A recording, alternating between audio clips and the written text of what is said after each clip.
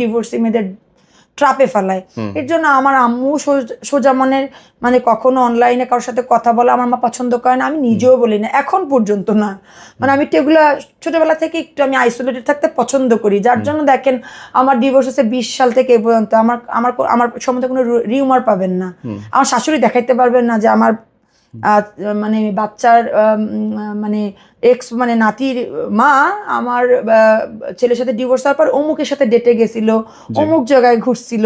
কারণ আমি যেহেতু আমরা একটু অন্যরকম ফ্যামিলি, আমরা এগুলো একটু মেনটেন করি ছোটবেলা থেকেই, যে না না বদনাম হবে। কারণ যেহেতু দাদা ভাইরে সবাই চিনে, আত্মীয় স্বজন সবাই, মানে এটা আমাদের ফ্যামিলি, আমরা ট্রেডিশন বলতে পারেন যে আমরা নিজে থেকে কনজারভেটিভ থাকি।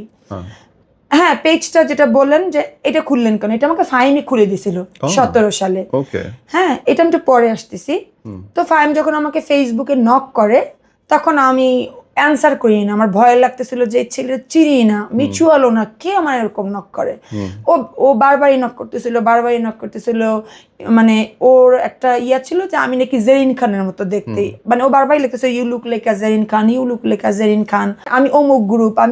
তো আমি বললাম যে আমি অমুক গ্রুপ তো আমি আসলে আমি চিনি না, তো আসলে আমি চিনি না। তখন আমাকে ওই যে ওদের পানীয় যেগুলো আছে ওগুলো বলার পর আমি তো পানীয়টা চিনি, আমার ও আচ্ছা আচ্ছা হ্যাঁ এই পানীয়টা তো আমি চিনি।